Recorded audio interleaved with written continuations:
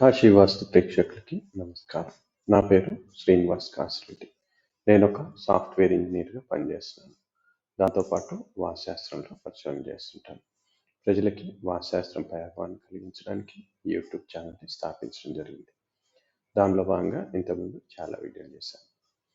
ఈరోజు చేయబోయే వీడియోలో రెండు విషయాలు తెలియజేయబోతున్నాను. ఒకటి ఏంటంటే మెట్ల కింద టాయిలెట్ లేదా సెప్టిక్ ట్యాంక్, మరియు మూలలు పెరిగినప్పుడు ఇల్లు ఎలా సరి చేయాలి వాటికి అన్నది ఈరోజు చూద్దాం. ఇప్పుడు ఇక్కడ చూడండి, ఇది మనం ఉత్తర భాగంలో ఉన్నాం. ఇక్కడ ఉత్తర వాయువ్యంలో ఉన్న మెట్ల కింద బాత్రూమ్ ఉంది. ఇలా ఉండొచ్చా ఉండకూడదా అన్నది ఈరోజు చూద్దాం మనం. ఎప్పుడు కూడా ఆగ్నేయంలో కానీ లేదా వాయువ్యంలో కానీ మెట్లు పెట్టినప్పుడు ఆ మెట్ల కింద ఎప్పుడు కూడా టాయిలెట్ కానీ ఎటువంటి గదిని ఏర్పాటు చేయకూడదు. మెట్లు ఎప్పుడు కూడా ఓపెన్ స్టేర్ కేస్ లాగా ఉండాలి తెలుసుకోండి. ఇలా పెడితే ఏమైందంటే అక్కడ ఒక రూమ్ పెరిగినట్టు అవుతుంది. అంటే ఏంటి, ఇంటి మొత్తానికి వాయువ్యం పెరిగిన ప్రభావం కలుగుతుంది అనమాట. వాయువ్యం దోషాల్లో ఎలాంటి ఫలితాలు వస్తాయో అలాంటివి వస్తాయి. నా పుస్తకంలో కూడా వివరించాను వాయువ్య దిశలో దోషాలు కలిగితే ఎట్లాంటి నష్టాలు జరుగుతాయని. ఉదాహరణకి ఆర్థిక నష్టాలు, మానసిక ప్రశాంతత లోపించడం, కలహాలు, కోర్టు కేసులు లేదా పెళ్ళిళ్ళు జరగకపోవడం, ఇట్లాంటి సమస్యలు వచ్చే అవకాశం ఉంది. చాలా ఇళ్లలో ఎక్కువ ఇలా మెట్ల కింద వాయువ్యంలో టాయిలెట్ పెట్టిన ఇళ్లలో ఇలా ఉన్న ఇళ్లలో పెళ్ళిళ్ళు లేట్ అవ్వడం జరుగుతూ ఉంటుంది. ఓకే, దాంతోపాటు ఇలాగే మెట్లు ఆగ్నేయంలో ఉన్నప్పుడు కూడా అక్కడ టాయిలెట్ కింద ఎప్పుడు కూడా కట్టకూడదు. టాయిలెట్ కానీ ఎటువంటి గది కట్టకూడదు. మెట్లు ఎప్పుడు క్యాంటిలివర్ బీమ్ మీద మాత్రమే మెట్లు ఉండాలి. నిలువు గోడలు ఉండకూడదు మెట్లకి ఎప్పుడైనా సరే. ఓకే, దాంతోపాటు ఇలా చూసినప్పుడు ఇప్పుడు మనం ఉత్తరంలో ఉన్నాం. వాయువ్యంలో నుంచి మనం పడమర వైపు వెళ్దాం. వెనకాల కనిపించే గోడ పడమర గోడ. ఇప్పుడు ఆ గోడ ఏమైందంటే, ఆ గోడను చూడండి, కింద చూడండి, మీకు ఇంకొక చిన్న గోడ లాంటిది కనిపిస్తుంది మీకు. అది గోడ కాదు, అది గోడలంటే నవ్వాలో ఎడవాలో అర్థం కాలేదు నాకు. 4 ఇంచుల గోడ ఉంది అది.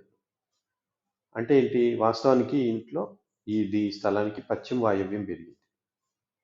ఆ మూల తక్కువ గ్యాప్ ఉంది, ఇటు మన వైపు వస్తున్న కొద్ది ఎక్కువ గ్యాప్ ఉంది చూడండి. ఆ పెద్ద గోడకి ఆ చిన్న గోడని వీళ్ళు ఏదైతే చెప్తున్నారో దానికి మధ్య. ఆ దోషం పెరిగింది, పశ్చిమ వాయువ్యం పెరిగింది కాబట్టి ఆ దోషాన్ని తొలగించడానికి ఆ గోడ పెట్టారు. గోడ అని చెప్తున్నారు దాన్ని.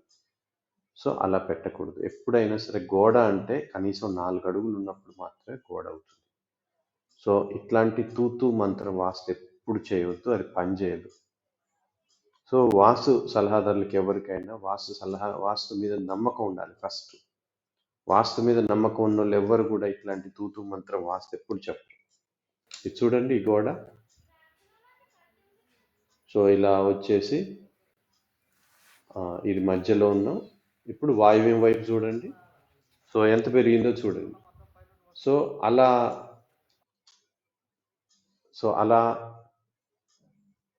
వాయువ్యం ఏ మూలైనా పెరిగినప్పుడు గోడతో దాన్ని పెరిగిన భాగాన్ని సపరేట్ చేయాలి.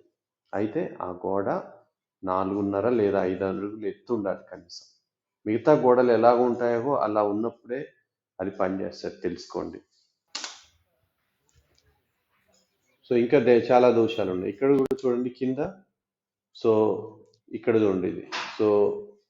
ఇది కూడా ఉత్తరంలో ఎక్కువ ఖాళీ ఉందని వాటిని తగ్గించడానికి ఈ గోడ పెట్టారు. వాస్తవానికి ఇది కూడా 4 లేదా 5 అడుగులు ఉండాలి. ఎప్పుడు కూడా తూతూ మంత్రంగా వాస్తుని చేయమాకండి. వాస్తు సలహాదారులు వాస్తు మీద నమ్మకం ఉంచండి. అది మీరు నమ్మకంతో ఒక దోషం ఉంటే దాన్ని తొలగించే ప్రయత్నం చేయాలి మీరు. ఖర్చు అవుతుందని లేదా రిస్క్ ఉంటుందని చెప్పేసి వాస్తు దోషాలకు తూతూ మంత్రంగా పరిష్కారం చూపించొద్దని నేను కోరుకుంటాను అందరినీ. నమస్కారం.